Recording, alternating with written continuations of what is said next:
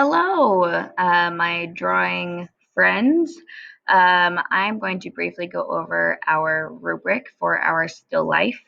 I may have gone over it somewhat if you were in class yesterday, if you are watching this on Tuesday.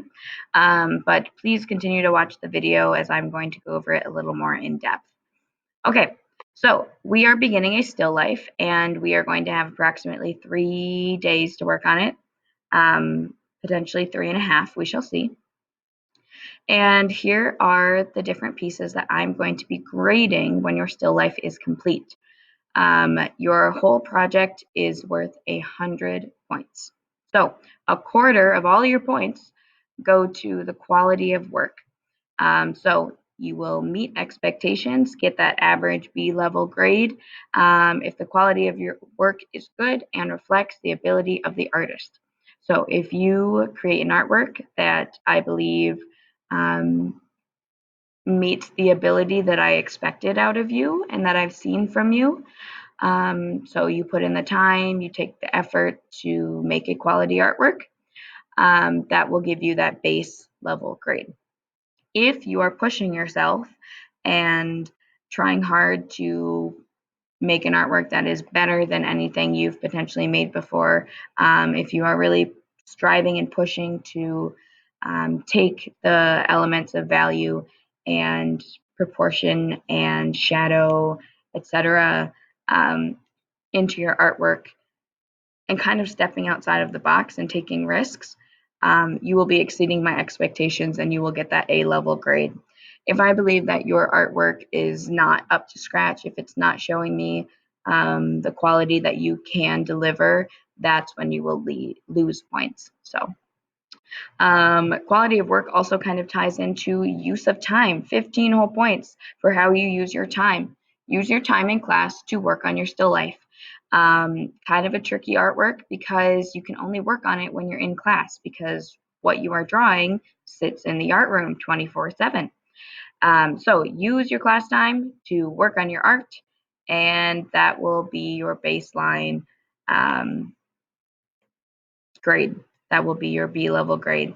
If you make an effort to use time outside of class to improve your artwork, that could be extra sketching in your sketchbook, practicing your values or your shading,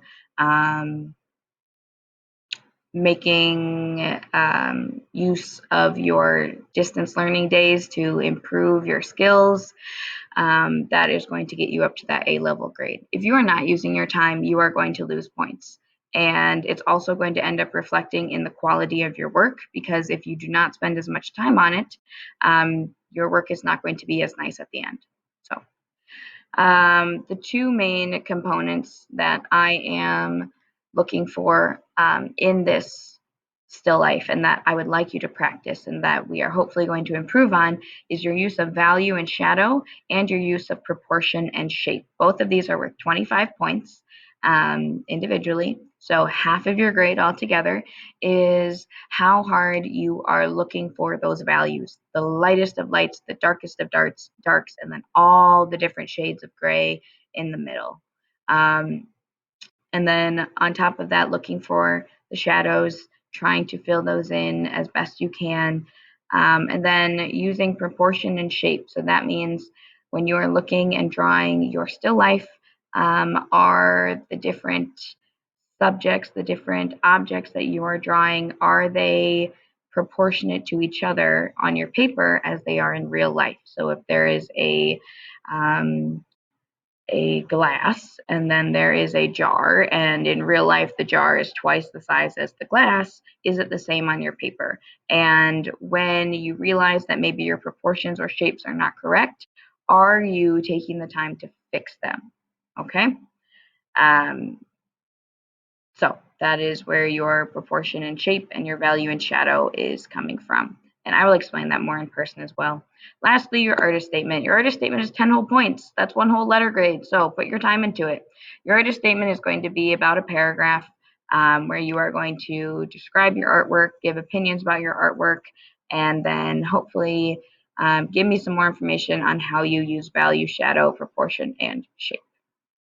All right. Thanks for listening.